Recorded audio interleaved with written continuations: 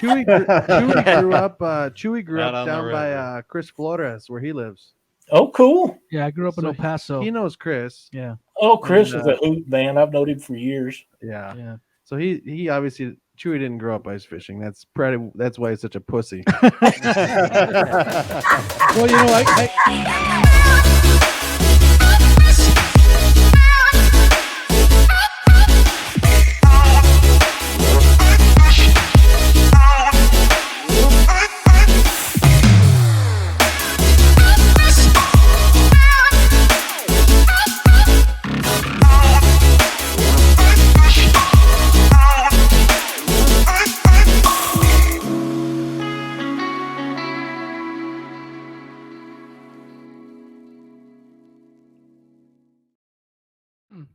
welcome to another episode of Blind Cast Angling Podcast. I'm Shigo Dinas. I'm the owner of Old Carver Fishing. I'm Dan Olson, Old Carver Fishing Field Staff. I am Luke Henches, Fish on Luke on YouTube, Northwoods Angling on YouTube, Old Carver Pro Staff, Old Carver Field Staff. No, I'm just kidding. I'm not any of those. Fish on Luke on YouTube and Fish Northwoods Angling on YouTube. Scott Goodman, Old Carver Fishing Field Staff. James Story, Old Carver Fishing Field Staff. All right, and welcome, guys.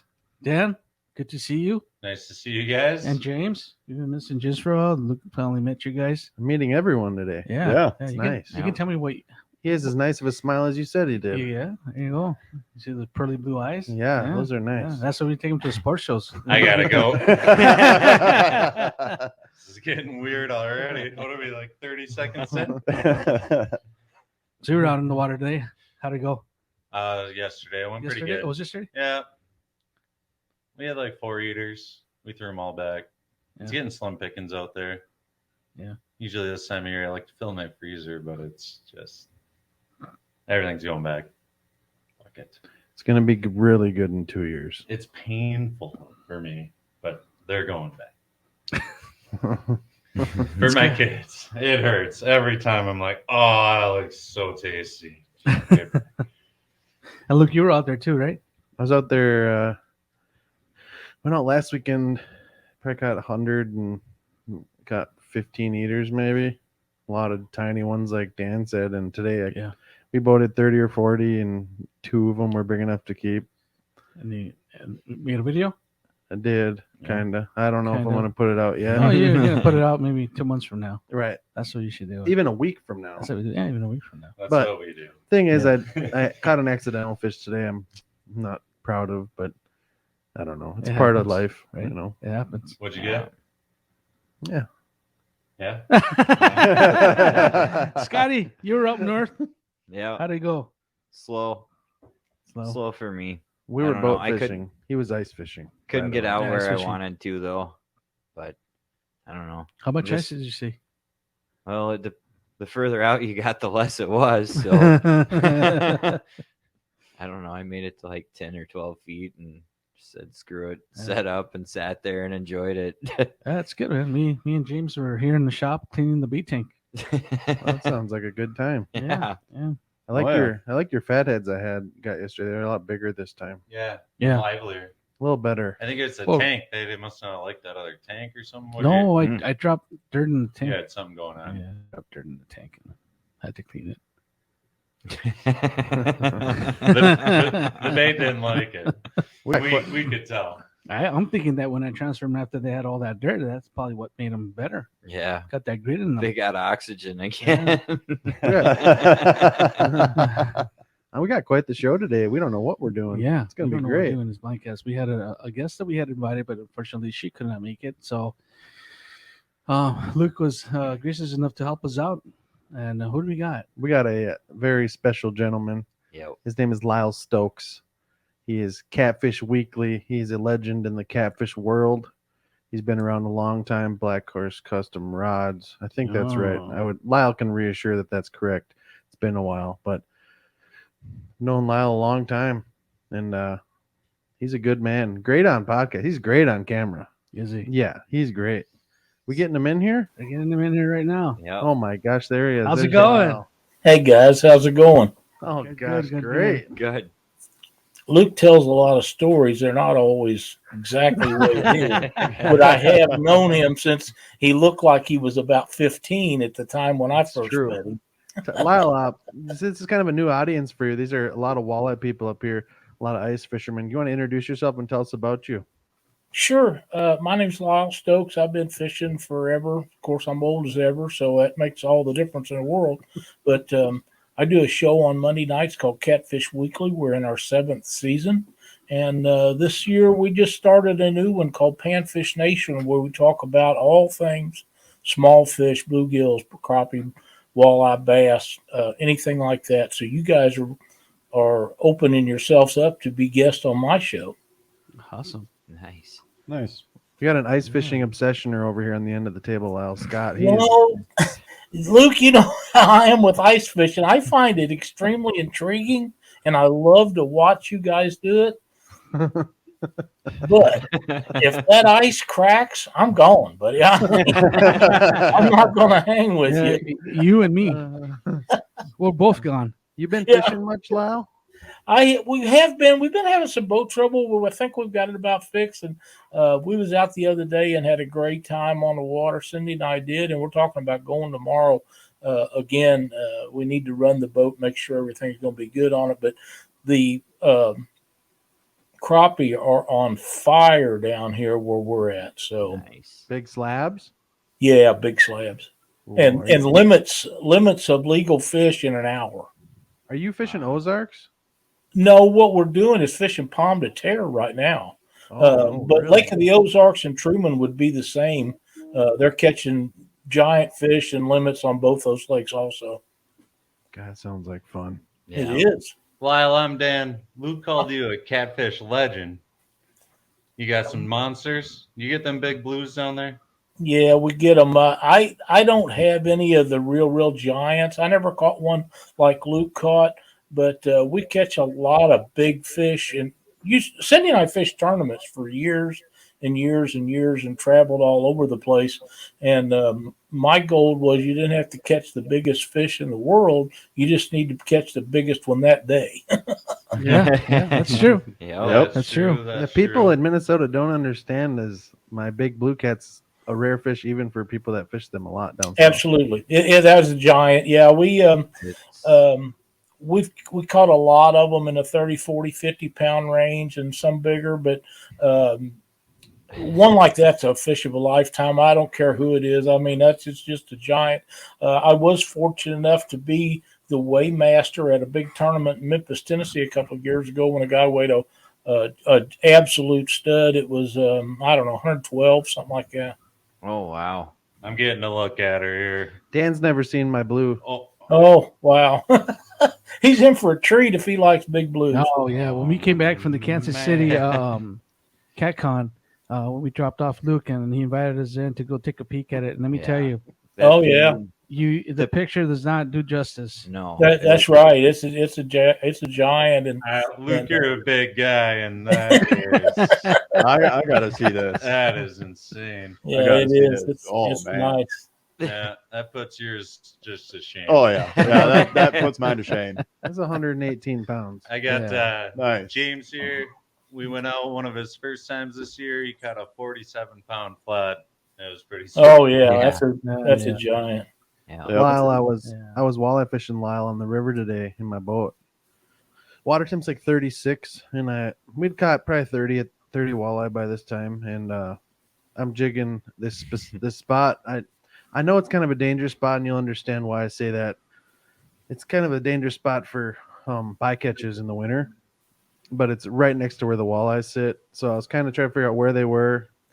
I should know better, but I ended up pulling a 40-pound flathead up. Caught it by the fin. Didn't have a lot of fight in it, but Right. You guys they're already dormant where you're at, correct? oh, they're Yep. snoozing. Yeah. Yeah. See, Cindy and I was out 2 days ago, I believe it was, and our water temperature is still 54. Oh, you're still catching flats Oh, then yeah. if you wanted to. If you want to, yeah. Right. There's a little slower, you know.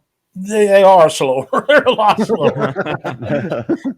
But yeah, ours will be going down. As the temperature drops. They start in my position. It feels like they start sometime after you lose the 50-degree water. You get in the low 40s is when they start slowing up dramatically here. Yep, that's what pretty much every study's showing. At 45 degrees and lower, they pretty much stop eating completely. Yeah. And what temperature do you go after them in the spring? Once they reach 50, once 50? the temperature reaches 50, they're like they are now. Then they're slow, but you can still get one once in a while. And I don't catch a lot of flatheads on cut bait like a lot of guys do. I hear that all the time. I have caught flatheads on cut bait, but the colder water is definitely the time to do that. In my opinion. Yep. The warmer the water gets, the more lively I want my bait. Yeah, those guys in the Croy fish the Makes fall sense. flathead bite, and they're all throwing cut bait. Yeah. They got those big ones. Do you guys get to use sunfish down there? We do. Is that what you use? Yeah, that's what I use most of the time. Unless I can find a pond, I can grab some bullheads out of it. Yeah.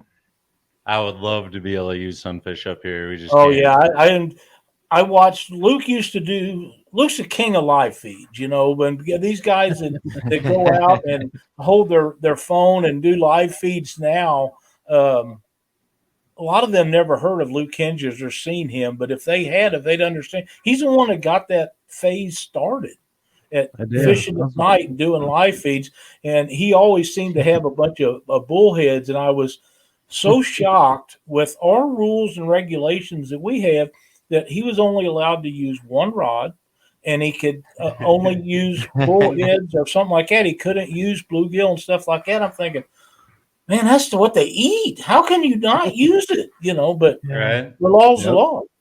It's tough here. Yeah. Yeah. They don't let us have much fun. Well, you guys got some giant flatheads up there in that water. I've seen Luke pull out some good ones. Oh yeah. With a lot of guests that he used to take on with him, and I was impressed with the size of them because they got to grow slow in that cold water. I would have to think. They do. They live pretty long too, which is good. It's kind of. But you have something that I am extremely interested in catching, and on our next trip to Mendota, we're going to take some time and go try to catch them, even if we can't keep them, and that's yellow perch because we just don't have them down here. Yeah, there's some good perch. I think there's some really good ones out by Mendota too. They tell me, Mark keeps telling me that they taste better than crappie. I'm finding that hard to believe, but they're good. Perch are good. It's my They're favorite. really My favorite fish. They are good. It's like between a walleye and a panfish. It's, It's like keeping an 8-inch walleye. I don't know where he perch fishes, but I don't fish for 8-inch perch. Yeah, I didn't think so. Lyle, I tried to catch a perch my whole life, and I can never do it. Even with the guys next to me catching them, I can never catch one. So I ever do catch one, I'm not even going to cook it. I'm just going to start eating it. I'll let you know how good it tastes. That'd be great, man. Lyle, this is I didn't introduce you to Chewy, but Chewy's the owner of the old Carver bait and tackle store here in Carver, Minnesota, which is about 10 minutes from my house. He really got into providing catfish terminal tackle, catfish rods and reels for people in the area because there really isn't anything to do unless you go down to about 2 hours south down towards Red Wing. There's really nothing available at our fleet farms. There's nothing available at our shields, and he stocks. He has Warrior Cats now. He's got Chris Flores rods. He's got Whisker Seekers. He's got Mad Cats. He's got everything for people that need here. And then this is a little tiny. This is a historic town. We're in a historic gas station right now, Lyle. It's got the neon lights out front that blink, the old school one, with the old like 1900 pumps. People come here in front of this place and take pictures with their old cars. Oh wow! And we're in the lobby of this old historic gas station connected to the bait shop doing this podcast. It's a pretty cool spot. It sounds awesome, man. If I ever get up there to see you, Luke, I want us to come by and see that place. Yeah, for sure. Definitely. 100%. Very welcome to come by.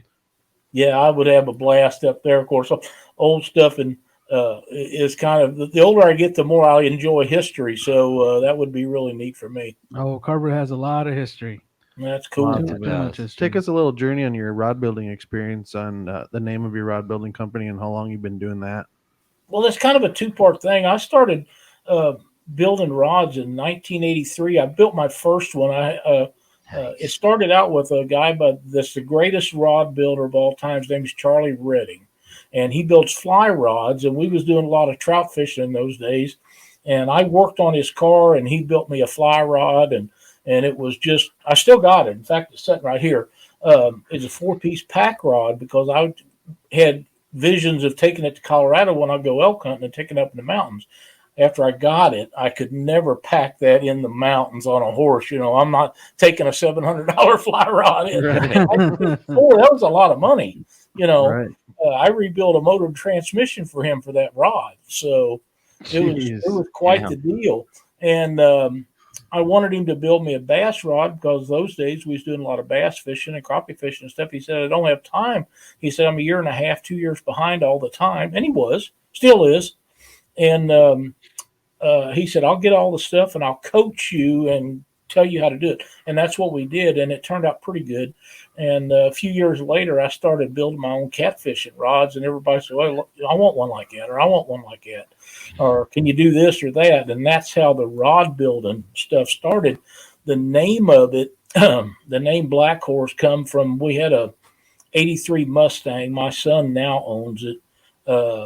And we take it out to the racetrack and play with it. And them Chevy guys, you know, they was used to having their way with everybody because they could make any size motor out of a small block Chevrolet they want and buy all the parts they wanted. Well, when we started stroking them small block Fords, we started dusting them pretty good, and they didn't know we was doing anything like that to them because they didn't know how to check a Ford. They did not seen anything like that.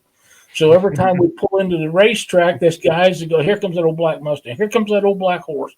And they get aggravated because we get out there and get on them. And they couldn't do anything about it. And that's how the Black Horse stuff got started. And later on, I sold the car to a guy. He blowed the motor up. My son now owns it. And my brother owns it. Yeah.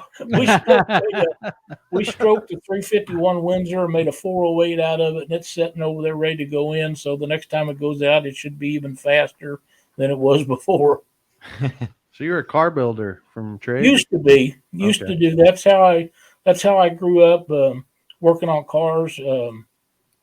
Worked on stock cars and built race car motors for guys, and then I was service manager for a couple of big dealerships over the years, and Cindy and I was in business repairing automobiles for several years. That's cool. That's awesome. That's how we got our start in life, I guess. I like that. I didn't know any of that, Lyle. Well, all we ever talked about was fishing, Luke. I know. And frogs. Now the name of your rod company is way cooler now that I know the story behind it. Yeah. If I almost bought that car back and put it back together for Cindy and I just to drive around on Sundays and stuff. But if the weather's good, we're going to be fishing, and the car would have just set. And my son really wanted to go fast, but he's drove that car before, and he had to have it. You know how things happen. Yep. And he's had it for a couple of years now, and it hasn't gone anywhere. But we put that motor together, so I look for it to be running probably this spring coming up. That's pretty cool. Yeah. I got a question for you, Lyle. Have you ever ice fished? No. Never done it. No. Never? No. It's interesting. We were talking about ice fishing on the way down to Kansas City when I was with Chewy and Scott, and I was like, you guys realize when you go 5 hours south of here, people don't ice fish. No, they don't. You know, Luke, when I was a kid, I grew up in North Missouri, about 100 miles from the Iowa line. And I remember snow in the last October on my birthday a couple of times as I grew up. And I remember there being ice on the Mississippi River where it comes down between the dams and just it freezes together. You walk across it. But I haven't seen anything like that in years and years and years. I mean, you're as old as a dinosaur. Times have changed. Global warming, Lyle. You've been around for the whole thing. You know, my theory about global warming is it's been warming up since the second ice age. So that's right. You're exactly right. Hasn't stopped. Nope. Stop using hairspray and PCPs is not going to change the fact that it's going to keep doing it. That's right. What are you looking forward to for this winter here? What do you got plans? Well, if the weather stays good, we're going to try to stay on the crappie and channel cats and small blues for a while and fish the lakes. Lake Ozark is full of blue cats, and they bite all year round. And I'm going to try palm to tear. Nobody really fishes it for catfish. It's mainly a bass and crappie lake. But Cindy and I was out, and we found a ledge the other day that was loaded with them. And I know they're either channel cat or small blues. And I'm going to try to do some catch and cooks this winter if we can make it happen. That sounds great. Hey, Yeah, how big nice. of crappies we talking right now that you're catching? Oh, what I'm hearing is 11 to 13 inches, Okay, and good an eater. occasional bigger one, and lots of smaller ones. Yep. Mhm. You have to be 9 inch to keep here. Okay. That's good. I like it. And you use a lot of light bait, or do you use plastics? I use hand ties a lot, and I've got some plastics. A couple of guys have sent me that I'm going to be testing out to see how we get along with this. And what we'll probably do is I'll use one, and Cindy will use the other kind, and just see which one works the best, and go from there. We haven't used minnows in a long time. I'm not opposed to doing that if that's what it takes to catch the fish, but because we're going to be filming some of them. But I like using my hand ties. We've had pretty good luck with them so far this year, catching bluegills and crappies. That's good. Use your own rods that you build, or do you use? Yeah. Okay, that's cool. Nice. Yeah. Yeah, if you know James Dockery, he come up with a name here a while back called Krampus canes, and to him that's a big deal. He says that's the biggest selling point. I should be calling them that, and I built him one and sent it to him, and he has caught the fire out of crappie and bluegill all summer on it.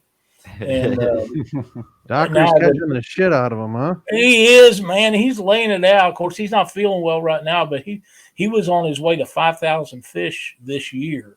Wow. And he was at like Dang. 3,500 when he got sick and had some problems. So that's going to keep him from making his goal this year. But I'm sure he'll start it again next year. That's impressive.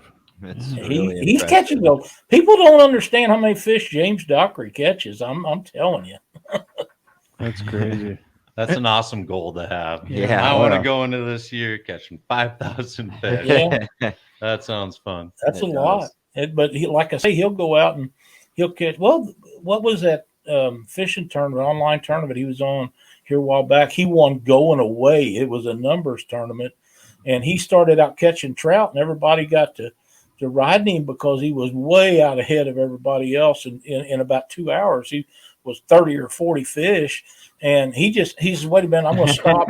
I'm going to change spots. So he went to a place to catch crappie. And in 2 hours, he was like 3 times that many. He caught, I don't remember, it was like 200 fish in 4 or 5 hours. That Wow.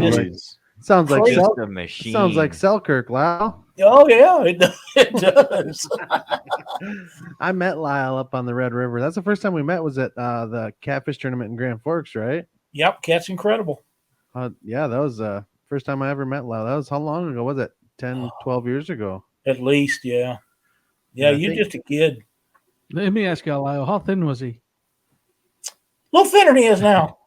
I recently saw some pictures of when he was in college, and I couldn't believe that was him. Yeah, Luke come up there, and I'll never forget it. It was one of the highlights of that trip for me.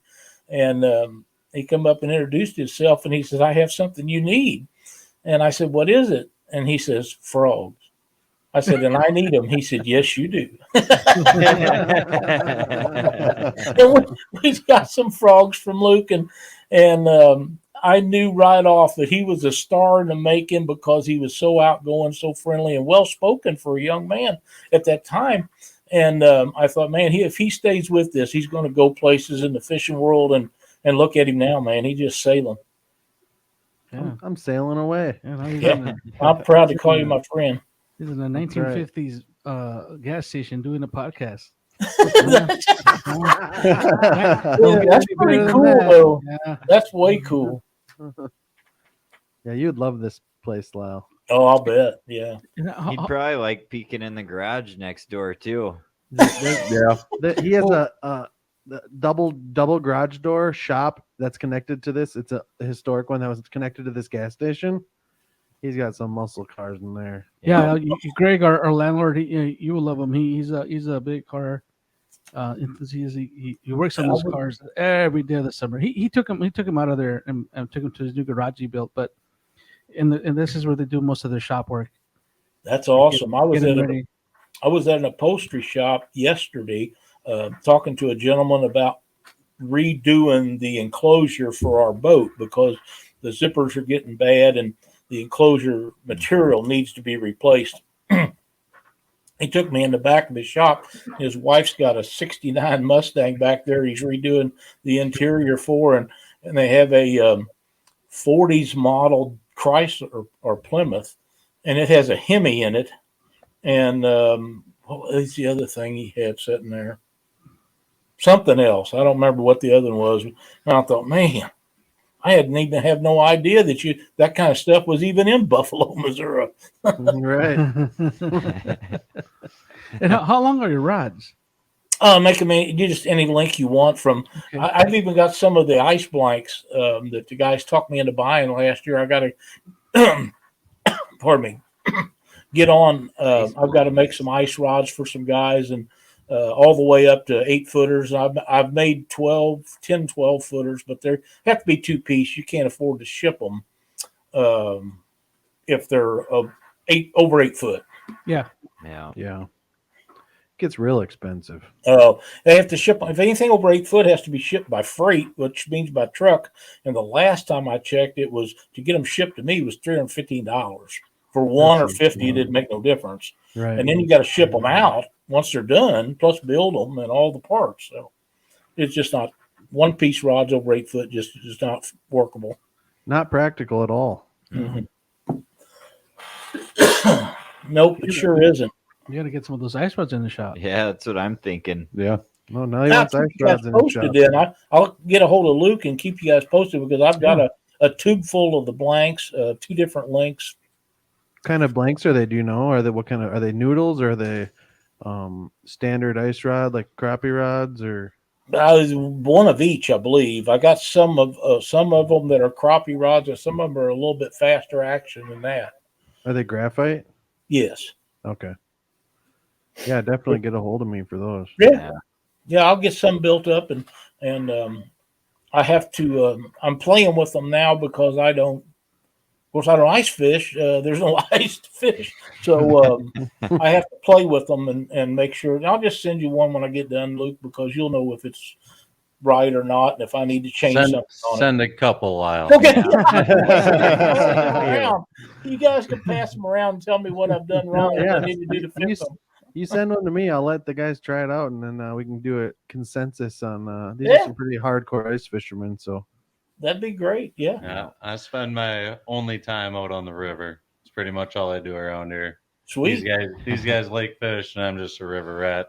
Dan's the only crazy one in Carver that walks out on the ice on the river when it's only 2 inches thick. Oh, I'm not doing that. That's not true. I don't go out there alone. I'm tied up to somebody else at all times. Yeah, he ties out to his friend in case if he goes down, they both go down. It's my brother. If I'm going, you're going with me. I used to do our show with a guy named Doc Lang, who is a legend in the catfishing industry. And him and I had a consensus that the only way that we would ice fish is if we could set my boat or his boat out on the ice. In case we fell through, we'd still be in the boat. You're not the only one. I thought about that too. I'll go on the ice come, mid-January, February when I know it's a lot safer than what it is. But for them to get me out there, you can ask them. They haven't been able to get me out there before then. I find it extremely entertaining to watch them ice fishing shows. I watch a lot of them. If I was you guys' age, I probably would be interested in giving it a try. But at 64 years old, if I fall through, I'm probably going to get pretty cold before you get me out. You're damn right. Yeah, Chewy. Hey, I'm not going for you, buddy. Chewy grew up. Chewy grew Not up on the down by river. Chris Flores, where he lives. Oh, cool. Yeah, I grew up in So El Paso. He knows Chris. Yeah, Oh, Chris And, is a hoot man. I've known him for years. Yeah. yeah. So he obviously Chewy didn't grow up ice fishing. That's why he's such a pussy.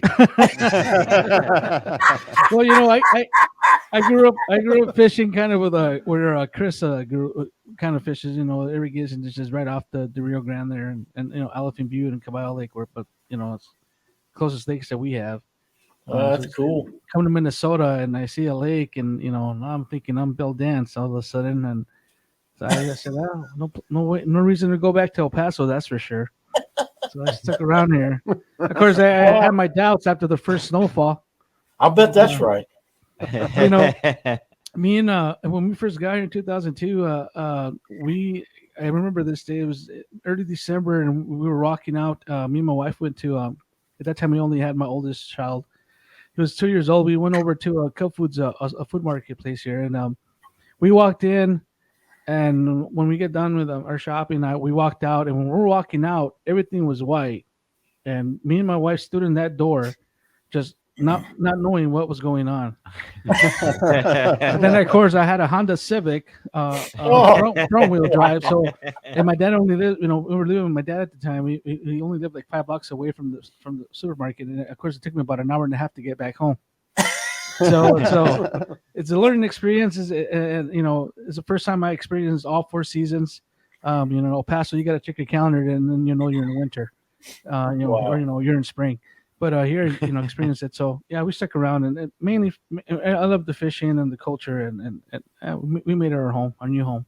I love it. When we go to Mendota, I don't know how much different it is from Mendota to where you guys are, but I love that area up there. It really is special to me because we go up there and catch those giant channel cat, but the whole area is just very beautiful up there. It's very similar to here, Lyle. Is it? Yeah. That's middle of Wisconsin. Yeah. Okay. Mendota Lake, Madison, Wisconsin. Yep. Very similar. Yep. I like it up there. And what kind of, when you go out fishing for crappie, do you guys troll up and down? Is that how? I don't. A lot of people do, but I don't. I just never have done it. I'm interested in this dock shooting where you shoot your bait up underneath the dock. I think that if I can learn that and be successful at it, when the sun is shining down here, especially in the hot weather, them fish hide up underneath them docks to get out of the sun. And in the winter time, they go up underneath there because of the structure and the small bait fish that are up underneath there for them to feed on. So if you can put your bait where the fish are, you're going to raise your odds of catching them. It's like putting together fly fishing techniques, bass fishing techniques for crappie fishing. Yep. I think you're right. Yeah. Back in like 2007, we were going to start a panfish league, and you were only going to be allowed to use lures, and you couldn't use bobbers, so you had to work your lures. Yep. And I always found that fun. I'm not a big lightweight user. I like lures, but I do too. but so I thought that was a challenge. And we're all gonna get at the time. We're gonna work with bass baby boats. Those little small pontoon boats, and make it into an electric motor league. So we're all even all the way around, and but things happen and they didn't take off. But even today I still fish with lures, and I cast it. I just cast out, and just like I would be fishing bass. I do a mix of both. I'll run a hair jig and then hook a minnow through the head. Mm-hmm. Run that. I've done that before. It works really well up here. When this podcast is done, I want you to go to YouTube. Mm-hmm. Look up Cole and Jay on YouTube.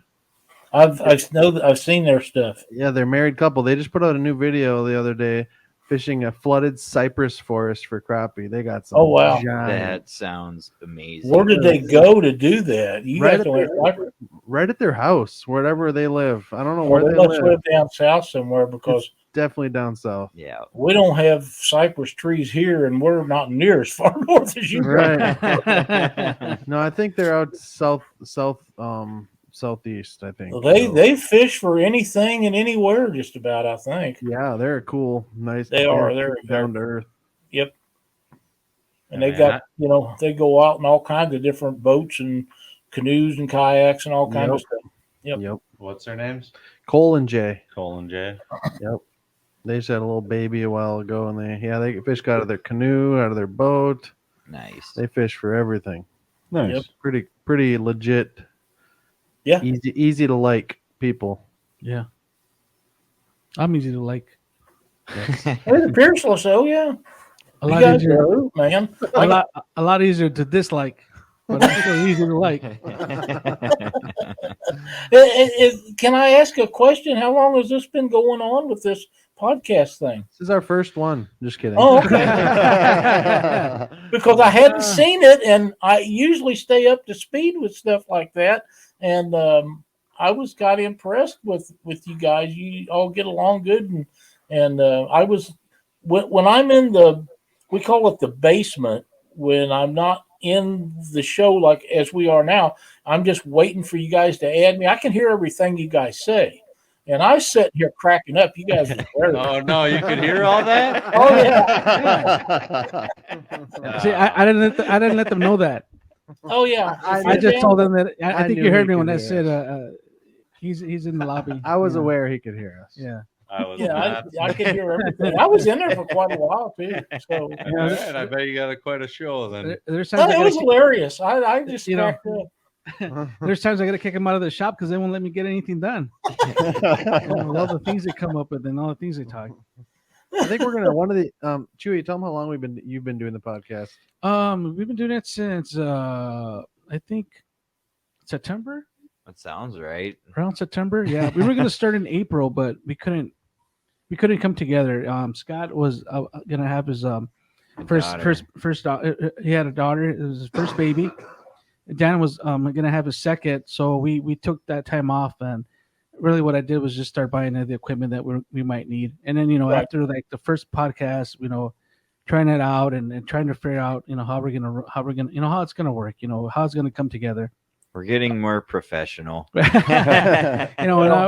Luke around, it's really helped us a lot because Yeah. Luke's, like you said, he knows how to speak well. He knows how to keep it rolling, and Yeah, so he's been around, and he's had some good things happen with Northwood Angling, and Jacob and him work really well together, and they both know a lot about podcasting and video stuff and audio things, and those two they know a lot. And in fact, I've sent them messages on equipment when I needed to upgrade some of ours, and I'd ask Luke and Jacob both this or that, or what they was using, or what they recommend me to do, and it's a great asset to have friends like that can help you out. it is. Yep. It God, is. if I ever need a pick me up, I'm just gonna talk to Lyle. Are you guys related? No.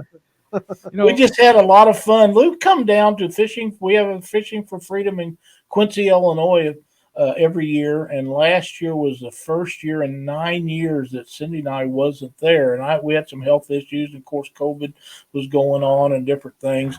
But what was it, 3 or 4 years ago, Luke come down and fished that. And the night before the tournament, we went out on the river, just him and Cindy and I in our boat. And I had a sponsorship boat at the time. And we sat out there and fished and didn't catch nothing. Didn't really care if we did, but we talked and bullshitted around and just had a great evening. We got one And, channel cat, Lyle. Oh yeah, you did catch one, but Cindy almost beat you to the rod. I know. That's the only reason why he mentioned it, because he's the one that caught it. No, I just remember we caught one fish, and that's the only fish I caught that whole trip because I didn't catch anything with my veteran. Oh wow, It was yeah, tough. Those are it the was best. a tough. But they have that during the spawn every year, so it's not going to get any easier from one Yeah. year to the next. It's during the spawn, and it's in the highly commercially fished area. Yeah, it is Yeah. very highly commercial fished, Would be but tough. it's fishing for freedom. So Yep. Yeah. And how are they taking the new Panfish Nation podcast? Pardon me? Are they responding pretty good to the new your new podcast? Yes. The Panfish one? Yes, they are.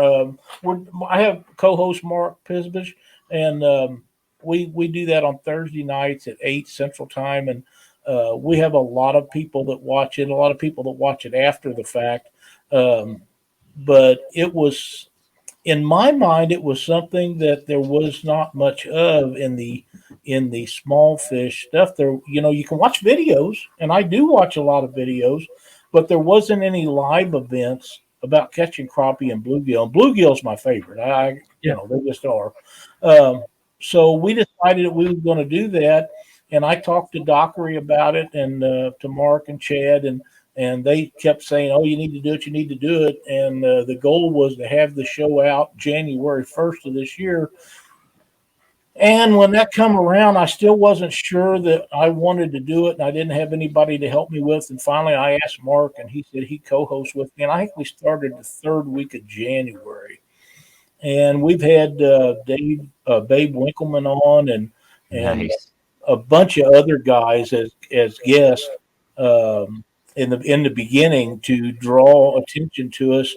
And I was shocked that people didn't respond to them like I thought that they would. And some of our bigger shows have just been Mark and I.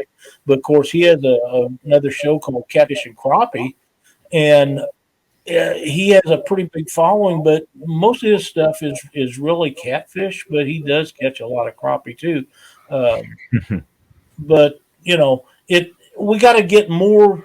I need more guests like you guys that are in the walleye group. One of the complaints that I'm getting is all we talk about is crappie fishing. I don't talk enough about bluegill fishing. Don't talk enough about walleye fishing. Well, I don't go out and specifically target walleye, so I need guests that do. You know what, Lyle? We need to do this whole group of guys during your podcast. Let's do it. That'd be kind of fun. Just tell me a Thursday night when you guys are available, and we'll make it happen. Yeah, that sounds fun. That would be sounds fun. fun. Yeah, Mark, it'll be- I don't know Mark that well. I was on his podcast recently, Catfish and Crappie, and I feel like he's pretty quick-minded and really very like his thumbnails and everything are super professional. It's crazy. Yes. He's very meticulous about that stuff, and he helps me with that because let's face it, I need help with that part of things. I was even going to him. I was like, "How do you even do that part of it?" He's like, "Oh, if you really want to know, well, I'll help you do it." And I was like, "Geez, I'm asking an older gentleman how to do this stuff that I thought I knew how to do." But I'll make sure he sees this so he's way better at you it catch than the me. part about him being older. He said I it got- nicely. Very I have meticulous. 2 sons. I have 2 sons of my own, and then I have 4 other sons. I have Luke and Mark and Chad and Dockery. Luke was the original, so he's Yep, he's I'm number one. Yeah.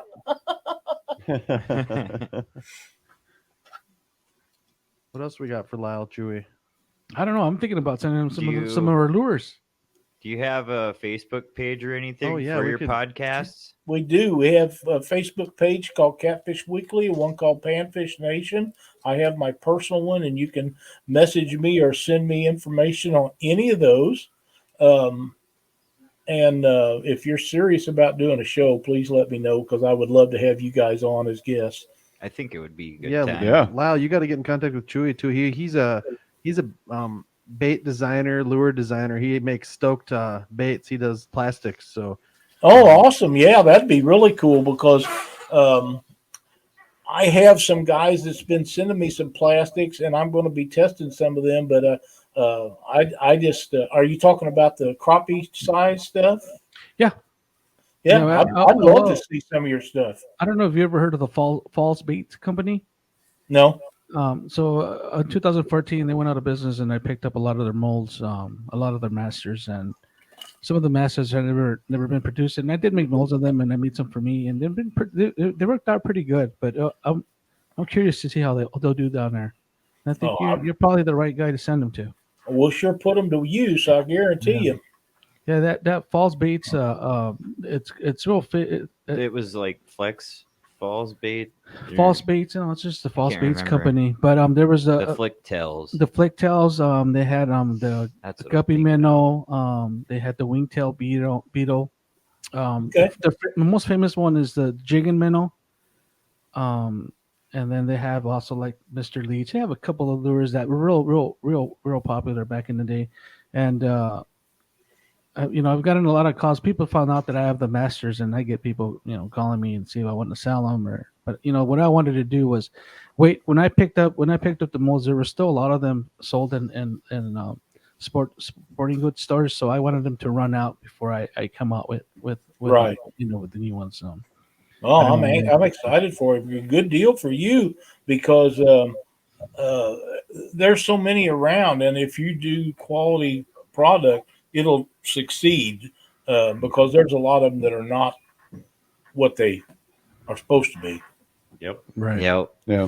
Yeah. So yeah, that'd be awesome. And You know, again, we on our show, I'd be happy to help promote those with you. That'd be great. A couple of years back, I used to publish Custom Beats magazine.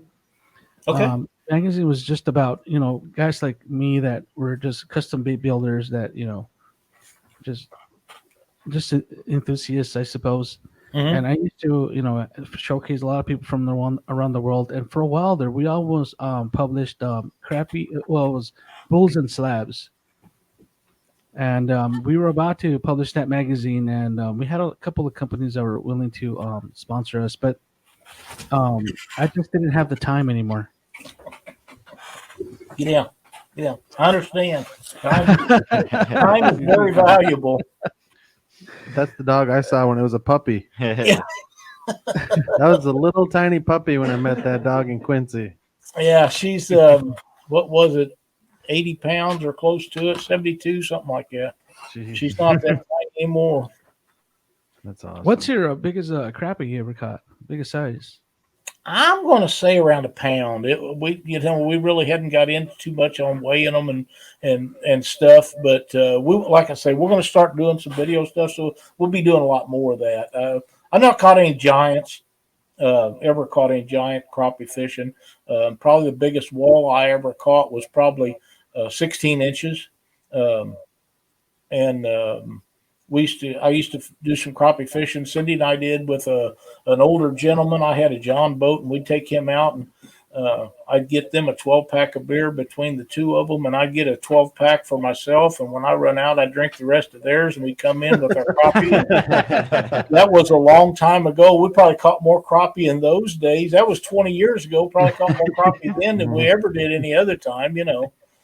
We just had a great time with that old man, and it was just we'd go out at night and just stay out there till we run out of something to drink. Come on.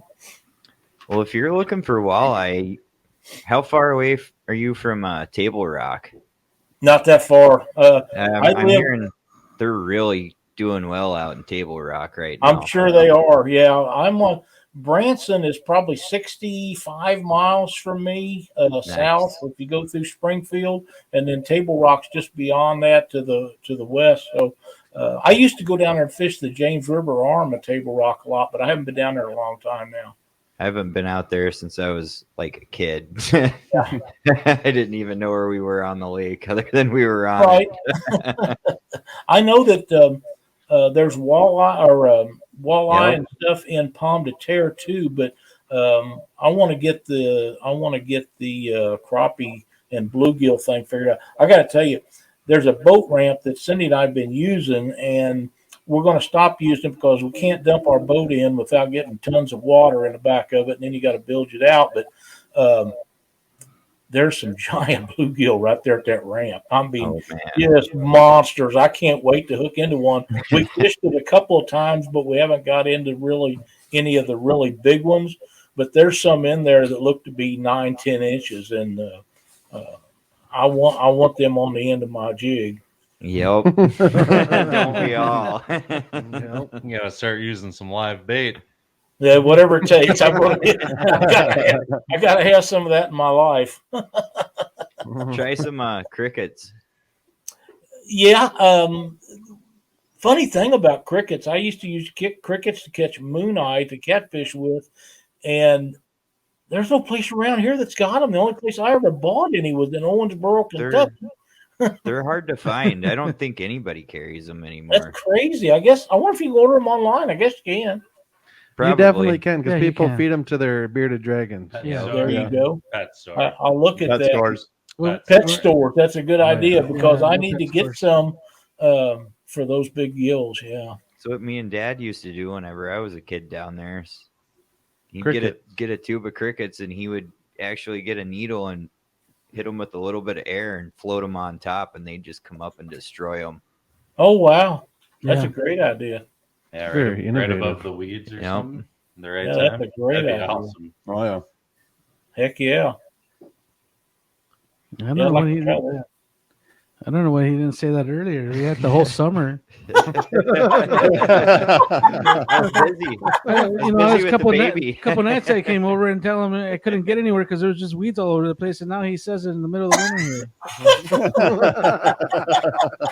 here. And the whole time he was probably doing it. Yeah. No. You gonna start trapping crickets for us? You know, Oh we man. we did carry crickets when we first moved there. If you remember, I don't know if you remember. They were under the counter in the aquarium because you had to keep them a certain temperature and a certain humidity. It's You had not crickets? easy. Yeah. I wish I would have known Yeah. that. And the reason why we carried them is because there was a group of contractors here from Wisconsin that were staying here they were here for almost the whole summer, and that's the reason why we started carrying them. And then once they left, nobody Look what cares about look crickets. what I Don't made worry. you. Just a Yeah. cat guy. And of course, I meet these catfishing, man. And I forget about making lures, and I start thinking about what rods to bring in. So they just stop bothering me about it. I came in here at the beginning. I'm like, Chewy, what do you want me to buy from here? I fish the river. What is this place? Lyle, this bait store is a hard cast with a 6-ounce weight from the river.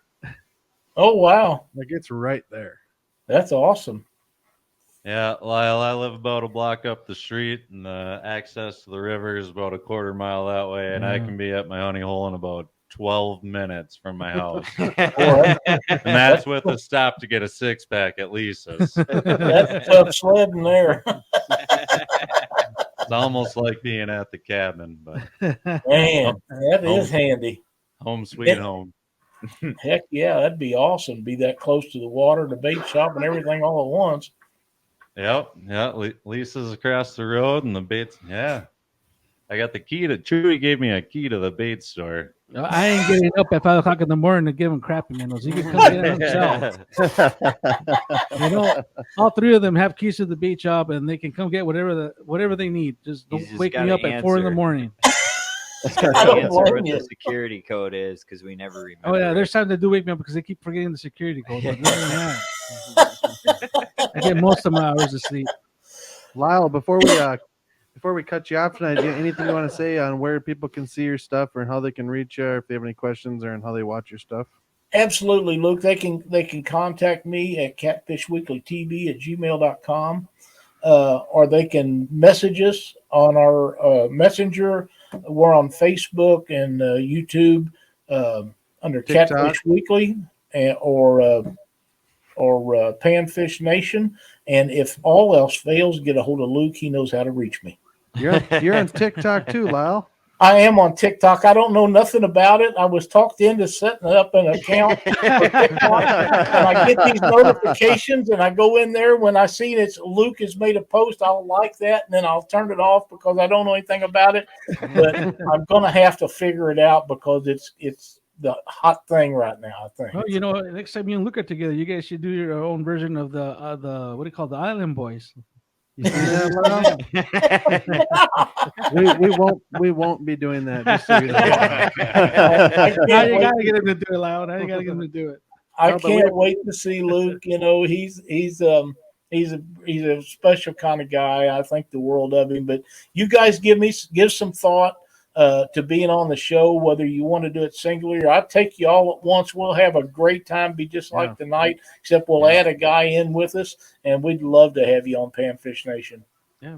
We fun. appreciate you taking your time out the last minute here joining Yeah. this podcast. It's very much appreciated, and it was amazing How many to see times you. have I done you that way? You know, I've been there for you. You always have. Always Yeah, have. we really truly appreciate you taking the time. Yeah. You're thanks, very Lyle. welcome. Thank you, gentlemen, for inviting me. All right, you Yeah, have a thank you. wonderful evening, and I'm sure we'll chat soon. I'm sure so. Thanks a lot, All right. guys. See you, Thank Lyle. you. Thank you. What a treat, huh? Yeah. Yeah. Wow. Yeah, that was awesome. I Damn was good nice. episode. You know, I'm gonna be honest. When I first saw him, I was like, okay, this is you guys. Please better behave. Just behave. Lyle has. I Lyle has. don't think we need to do No, that. no. There's no behaving with Lyle. He's He's right there with us. That would be disrespectul. Yeah, I was thinking, oh God, here we go. Right away, the first one that came to mind was that guy in the back over there. I was behaving. Right. It's good talking to him. And man. Yeah. I heard James talk at least 3 times this time. Oh, maybe 3, maybe 4. Maybe 4. I don't know. I was gonna nudge you, but I'm like, ah. Yeah, don't force it. Why would It'll I happen. nudge you? Just hit me. No. He's gonna be like, yeah. Scott's talking about nudging him. Scott talked twice. I talked more than that. I'm just kidding. Oh man. Okay, guys. Anything you got, Luke? Anything? No, any just final thoughts. my final thought is Fish on Luke on YouTube, Fish on Luke Instagram, Fish on Luke TikTok, Fish on Luke Facebook, Northwoods Angling on YouTube, and I'll be heavy putting up ice fishing videos this winter, especially sturgeon and walleye. So I'll be doing a lot of those. I might be in one if I can behave. Yeah, you can behave. Final thoughts, Dan? Anything you got going on? Yeah, I got those new cat rods in your shop. I really want to try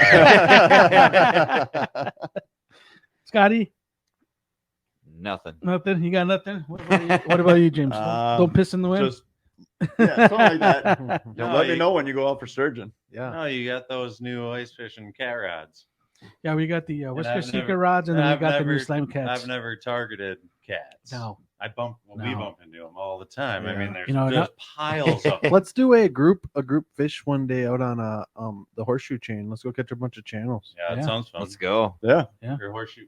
You mean out here? Horseshoe chain. No, No, St. Oh, the chain. St. Yeah, Cloud. chain. Well, we could do it right here. They don't No, bite good. no. It Dude, I don't sucks. leave Carver very much. You got He to gets start leaving lost. your comfort zone.